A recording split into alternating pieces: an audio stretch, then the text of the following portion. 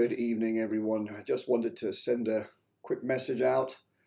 We got back day before yesterday, from North Carolina. We were there with Operation Airdrop, and we flew up there for 5 days, delivering supplies, material, food, fuel, generators, whatever people needed into the areas that had seen the most damage. And I've seen some comments recently, and I did a previous recording, and since then saw some statements about being un-American and misinformation being sent, which was un-American.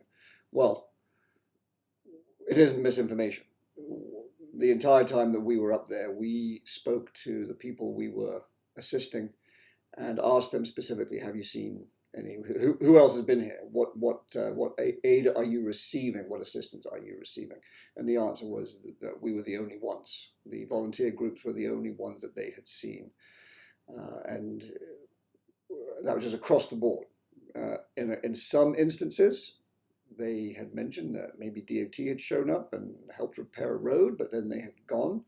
And I'm sure they are overwhelmed with the number of roads that are damaged. But generally speaking, there was not solid, helpful government support. And just for perspective, starting from the bottom up, local volunteer fire departments, sheriff's office, those departments were doing a great job. We saw them there, active, assisting, organizing, managing the LZs. They were working, and they were actually doing what they needed to do in the community. So fantastic work. Apart from that one guy, of course, who threatened to arrest a pilot for rescuing a couple, that guy needs to be disciplined or corrected, or whatever his department needs to do. That needs to be fixed.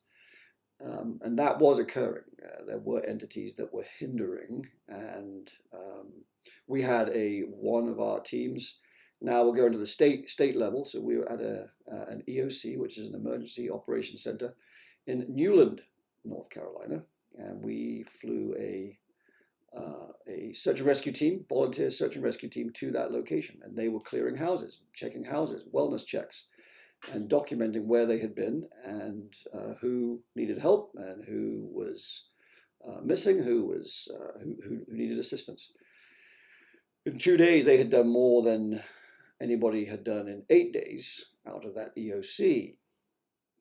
When we went to the EOC, there were people there working, and there were good people there helping and assisting, but a lot of people in that building that were not executing, that were not out in the neighborhoods, were not out in the hills, walking from house to house.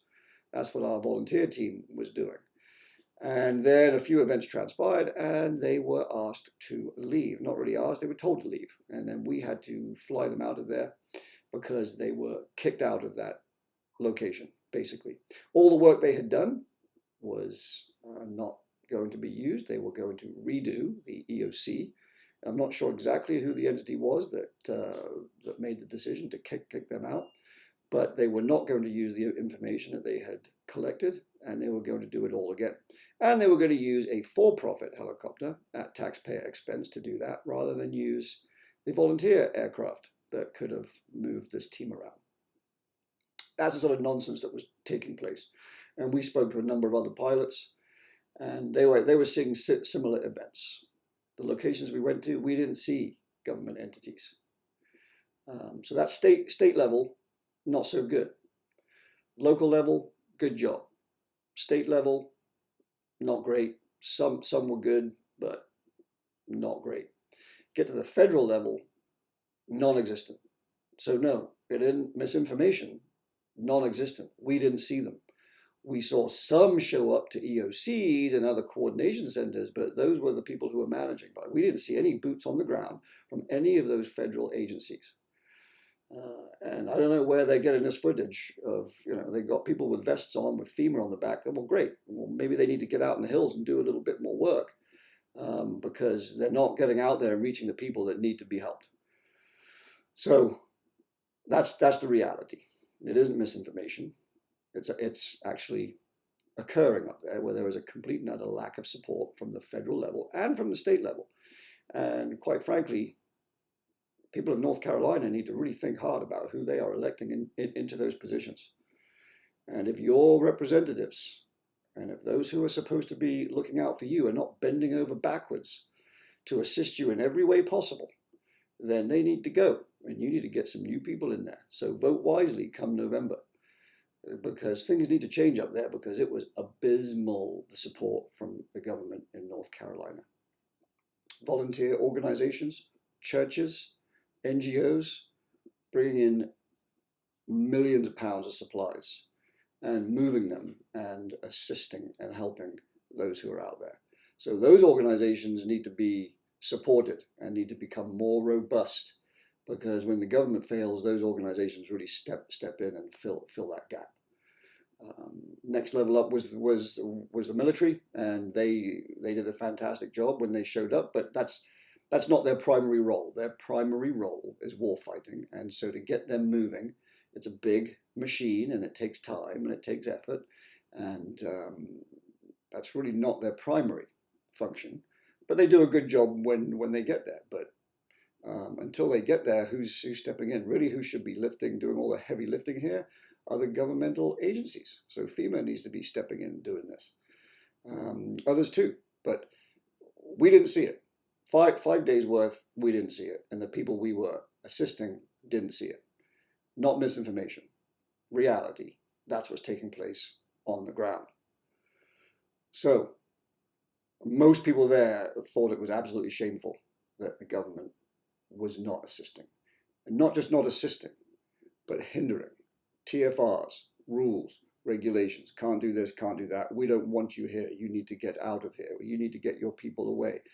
That's the sort of situation that was taking place. Really bad. Vote wisely, and